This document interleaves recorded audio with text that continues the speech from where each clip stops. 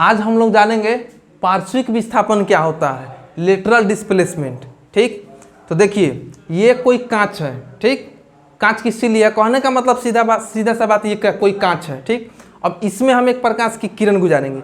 मान लीजिए कोई प्रकाश की किरण ऊपर से आ रही है, ठीक, देखिए देखते रहिएगा कैसे आई। ये कोई प्रकाश की किरण है जो हवा से कांच में आई, ऊपर क्या है, हवा है। हम पहले लिख देते हैं ताकि कंफ्यूजन ना हो, देखते रहिए। ये हमारा हवा हो गया और ये हमारा कांच हो गया। ठीक,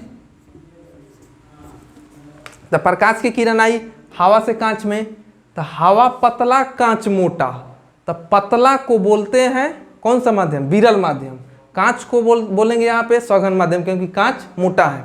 तो हवा आई विरल माध्यम से सघन माध्यम में, ये सॉरी प्रकाश की किरण आई विरल माध्यम से सघन माध्यम में। तो जब कोई प्रकाश की किरण विरल माध्यम से सघन माध्यम में आती है तो अभिलंब से दूर भागती है कि नज़दीक आती है, नज़दीक आती है। तो यही वाला कंसेप्ट लगेगा। देखिए अगर हवा से आ रही है कांच में तो यहाँ पे पड़ा इस बिंदु पर, अब यहाँ से जो है इसका माध्यम चेंज हो जाएगा, चेंज होगा क्योंकि ऊपर हवा है नीचे कांच है। ठीक, विरल माध्यम था अब सघन माध्यम हो जाएगा। इसको जो है जाना चाहिए। पहले देखिए, अगर एक बात यहाँ पे नोटिस कीजिएगा जो हम बता रहे हैं, रुक जाइए। देखिए अगर माध्यम सेम रहता तो यह प्रकाश की किरण इसी तरह से आगे निकल जाती। सही कि गलत? बिल्कुल सही।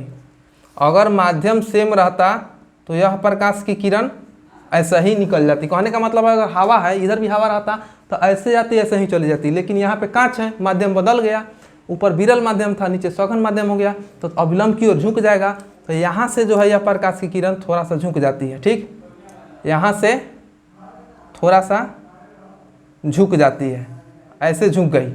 कहाँ तक झुकेगी? जहाँ तक कांच है वहाँ तक झुकी रहेगी। ठीक, प्रकाश की किरण आई, जाना चाहिए इस रास्ते, लेकिन चूंकि यह कांच है और ऊपर हवा था, माध्यम बदलने के कारण इसका रास्ता बदल गया। और रास्ता बदला कैसे? उधर नहीं गया, इधर क्यों आया, अभिलंब की ओर आया, क्योंकि यह विरल से सघन में आया है। अब देखिए ये जो प्रकाश की किरण है, अब यहाँ कांच से फिर इसको हवा में जाना है, जाना है ना। अब ये कांच से हवा में जाएगी तो कांच क्या है, सघन माध्यम, और नीचे हवा है विरल माध्यम।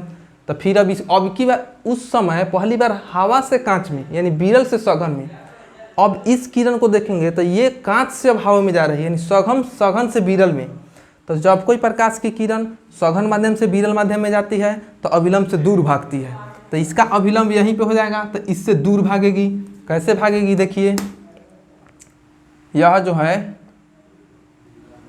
ऐसे आगे की तरफ निकल जाएगी। अगर इधर भी कांच रहता तो यह जो है इस रास्ते सीधे अपने ही सीध में आगे बढ़ जाती।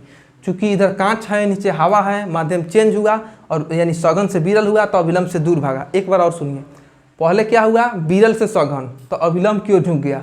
अब यही प्रकाश की किरण सघन से विरल यानी अभिलंब से अब दूर भाग गया। तो देखिए ये जो प्रकाश की किरण दूर भागा है, अगर इसको हम पीछे डॉट लाइन से मिलाएंगे तो ये लगता है कि इधर से आना चाहिए इसको, ऐसे। ठीक है, प्रकाश की किरण ये थी, विरल से सघन में आई और सघन से फिर विरल में। तो विरल से सघन में आई तो अभिलंब की ओर झुक गई, और सघन से विरल में आई तो अभिलंब से दूर भाग गई। और ये इस तरह से दूर भागती है कि ये जो डॉट लाइन से मिलाए हैं ना, पहली वाली प्रकाश की किरण जिस रास्ते से जाना चाहिए था उसी रास्ता का यह समानांतर हो जाता है। देखिए इसके समानांतर हो गया तो पीछे भी समानांतर हो जाएगा, डॉट लाइन से मिलाएंगे तो। ठीक है, एक बार और देखिए, हवा से कांच में, कांच से फिर हवा में, विरल से सघन और सघन से विरल। तो विरल से सघन में आएगी तो अभिलंब क्यों झुक गई, और सघन से विरल में आई तो अभिलंब से दूर भाग गई। और दूर ऐसे भागी कि जो ये वाला डॉट लाइन है यानी पहले वाली प्रकाश की किरण जिस रास्ते जाना चाहिए था उसके समानांतर हो गई। तो इस दोनों के, ये दोनों के बीच के गैप, इस दोनों के बीच का गैप यही होगा, यही होगा ना, दोनों के बीच का गैप ये। और इसी गैप को पार्श्विक विस्थापन यानी लेटरल डिस्प्लेसमेंट कहते हैं। ठीक है, इसी को बोलेंगे, इसी को पार्श्विक विस्थापन। ठीक है, इसको बोलेंगे पार्श्विक विस्थापन। इसी विस्थापन को, ये जो इतना विस्थापन हुआ है ना, इतना जाना चाहिए, लेकिन यहाँ से ऐसे जा रही है किस वजह से? क्योंकि बीच में कांच आ गया है, माध्यम चेंज हो गया है, जिसके कारण ये जो गैप हुआ है, जो विस्थापन हुआ है, इसी को पार्श्विक विस्थापन बोलते हैं। तो देखिए ये जो किरण आई है, तो आने वाली किरण को हर एक वीडियो में बताते हैं आपतित किरण। ये कौन सी किरण हो गई? आपतित किरण। आपतित किरण क्या बोलेंगे? इसको बोलेंगे आपतित किरण। ये आपतित किरण यहाँ कांच में पड़ने के बाद निकल गई है, कांच में आई और कांच में पड़ने के बाद निकल गई, तो निकल से बन गया निर्गत, तो निकल से बन गया निर्गत, यानी ये हो गया निर्गत किरण, ये हो गया निर्गत किरण। निर्गत किरण। तो आपतित किरण और निर्गत किरण के बीच के लंबवत दूरी को पार्श्विक विस्थापन।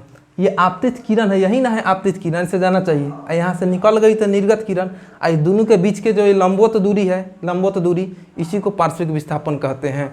समझ में आ गया होगा आपको पार्श्विक विस्थापन क्या कहते हैं? जब कोई प्रकाश की किरण विरल से सघन माध्यम में आई है तो अविलंब की ओर झुकी है, और फिर सघन से विरल में आई है तो अविलंब से दूर भागी है, जिसके कारण आपतित किरण और निर्गत किरण के बीच में एक दूरी आया है, यानी विस्थापन हुआ है। तो आपतित किरण और निर्गत किरण के बीच के लंबवत दूरी को पार्श्विक विस्थापन कहते हैं। धन्यवाद।